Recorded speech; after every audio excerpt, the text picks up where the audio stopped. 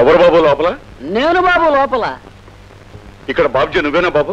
బాబు నేను బాబ్జీని కాదు బాబు, నేను బాబుని బాబు. బాబు బాబ్జీ నేను బాబు.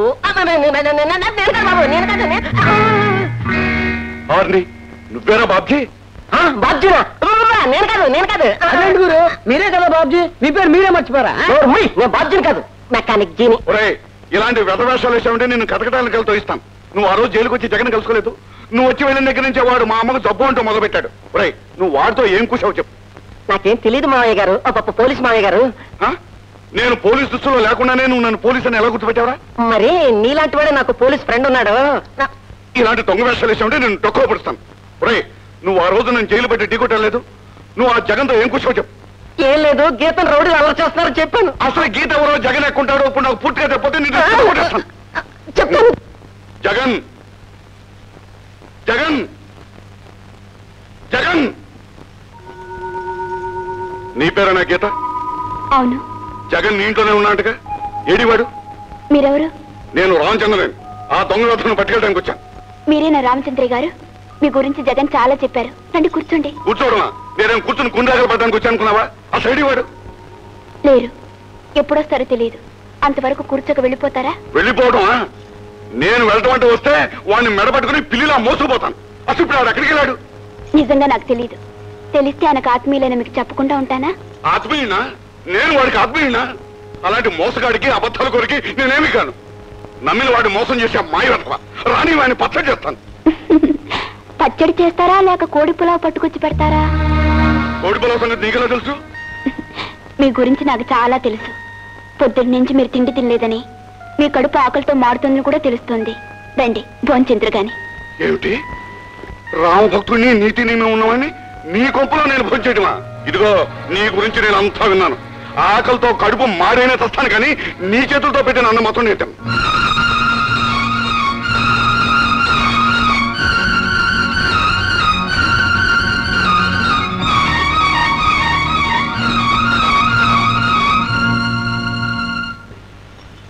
ఏం తప్పు చేసేయండి నా చేతిలో?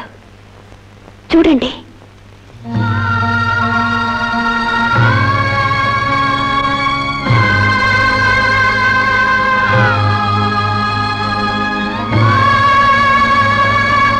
నా చేతులకి మీ చెల్లెలు శాంతి చేతులకి తేడా ఏమిటి చెప్పండి. నీకు మా శాంతిని గురించి కూడా తెలుసా? తెలుసు. మీరు ఇలా ఆకలితో ఉన్నప్పుడు శాంతి అన్నం తినమని అడిగితే మీరు కాదంటని తెలుసు. కానీ నేను అడిగితే వద్దంటున్నారు, కాదంటున్నారు. కారణం నీ పతితననేగా. నాకు మీలాంటి అన్నయ్య ఉంటుంటే నన్ను పాప బ్రతుకులోకి రాకుండా చేసేవాడు. పతితను కాకుండా చూసేవాడు. రక్తం పంచుకు పుట్టిన అన్నయ్య లేని దాన్ని, పరాయి మగవాణ్ణి అన్నయ్య అని పిలిచే అర్హత లేని దాన్ని. ఇదిగోనమ్మా, నువ్వు అంతగా పిలవాలనుకుంటే నన్ను అన్నయ్య అని మా శాంతిలాగా పిలవమ్మా. అవునమ్మా, నాకు ఇద్దరు చెల్లెళ్ళు ఉన్నారనుకుంటాను. అన్నయ్య, మరి చెల్లెలు అన్నం పెడితే తినవా? తింటానమ్మా. ఎవరికి ముద్ద మిగలకుండా తింటానమ్మా. పదమ్మా, అనుమతించు. ఆ పరిస్థితుల్లో హత్యలు చేసి జైలు పాలయ్యాడతను. ఇప్పుడు అక్కడి నుంచి తప్పించుకొచ్చింది ఆ ఘోరానికి కారణమైన అసలు మనిషి శేషుని చంపాలని. ఇదంతా వాడు నాకు ఏ రోజునే చెప్పలేదమ్మా. చూడు గీత, జరిగిన విషయం గుండెని కరిగిస్తున్నా వాడు అబద్ధం చెప్పి తప్పించురావడం మాత్రం నాకు ఇష్టం లేదమ్మా. పైగా ఇంకో హత్య చేస్తానంటాడా? అయితే వాడిని ఏమైనా సరే పట్టుకు తీసుకెళ్లాల్సిందేనమ్మా. గీత గీత అన్నా, నువ్వెప్పుడొచ్చావు? ఎవడ్రా నీకన్నా? అమ్మ మీద అబద్ధం చెప్పి నమ్మిన వాడిని మోసం చేశాను. ఇలాంటి వాడికి ఎవడ్రా అన్నా? నీతో అబద్ధం చెప్పినది నీకు కోపం వస్తుందని తెలుసు. నీలాంటి మంచి మనిషితో అలా చెప్పడం పాపం అని కూడా నాకు తెలుసు. కానన్నా, నా పగ తీర్చుకోకుండా నేను ఉడకం బతకలేదు. అందుకే అలా చెప్పి తప్పించుకొచ్చాను. నిన్ను తప్పించిన పాపానికి పట్టుకెళ్ళడానికి పని కట్టుకుని రావాల్సి వచ్చిందిరా. మర్యాదగా నాతో బయలుదేరు. స్నేహితుని కూడా మోసం చేసి వచ్చింది నేను. నా పని ముగించకుండా ఎలా తిరిగి రాగలను? నువ్వు రాకపోతే నేనే నిన్ను బలవంతంగా తీసుకెళ్తాను. పోలీసులు వస్తున్నారు. గీత, ఆ శేషు నా కొడుకే నన్ను పట్టించడానికి పోలీసులకు ఇన్ఫర్మేషన్ ఇచ్చుంటాడు. నేను తప్పించుకోవాలి. నిన్ను పట్టుకోవడానికి ఆ పోలీసులు ఎందుకు?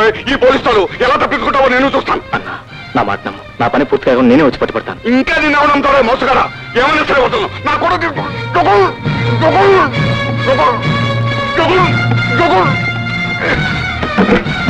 జగన్ జగన్ జగన్ మళ్ళీ నన్ను మోసం చేసి పారిపోతున్నాను. సరే అన్న, నన్ను క్షమించు. నా పని పూర్తిగా నేనే వచ్చి పట్టుబడతాను. ప్లీజ్ జగన్ జగన్ సరే అన్న. జగన్ సరే జగన్ జగన్ ఉండండి. ఎవరు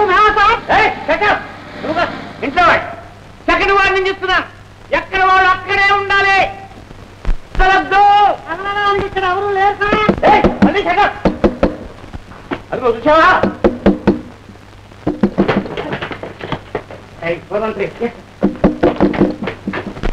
చూడు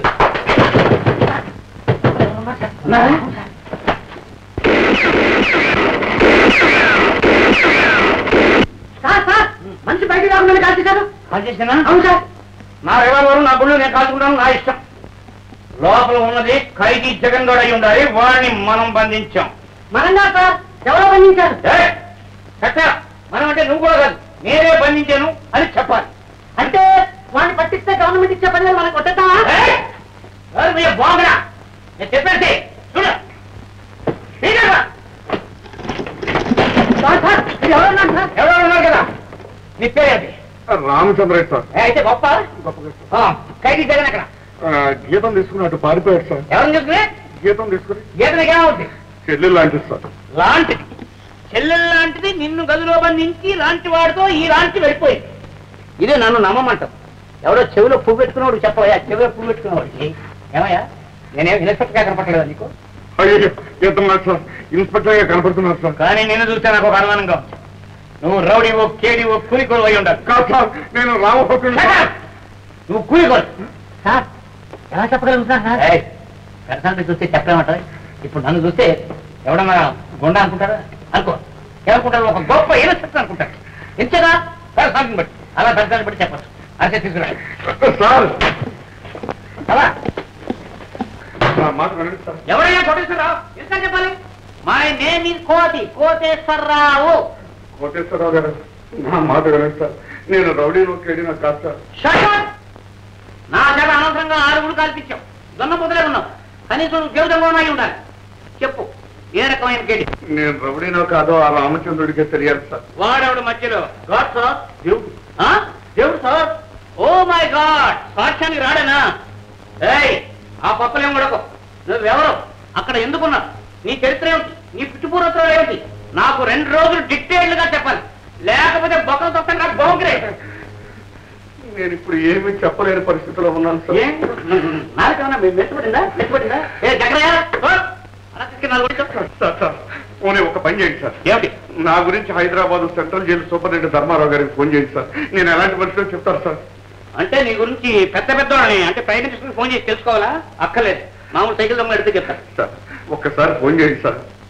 ఒక్కసారి ఫోన్ చేయండి సార్. సరే మొత్తంలో గెలుస్తున్నావు కాబట్టి I will try and test your conduct. Hello దయచేయకుండా హలో అంటున్నా.